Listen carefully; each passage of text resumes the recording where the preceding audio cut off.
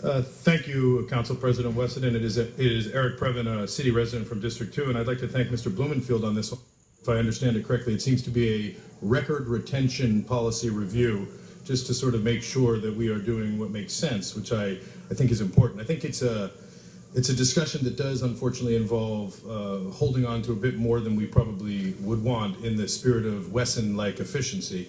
So I think we have to probably tippy-toe up to that, because releasing these records, and I was doing a little excavation myself into the Xerox Solutions space. This is a group that administers our citation program.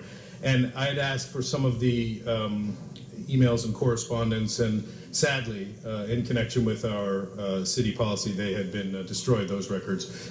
Now, of course, those were hot and exciting records that had been reviewed by Wendy Gruhl a little bit, so I'm sure everyone was happy to get rid of those records. We are in a new phase now where, fortunately for Mr. Englander, I should say, the scope of work for Xerox has been substantially upgraded and increased, and they are, though they've had a rough year in the citation processing, we were down from about 165 to 157 million in harvesting fines and citations from the public.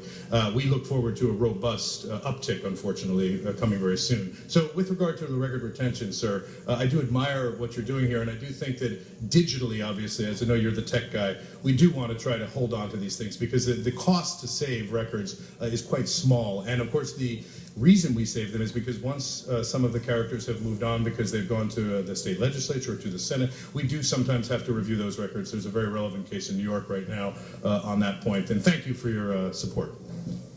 Thank you, Mr. Walsh. John Walsh, HollywoodHighlands.org.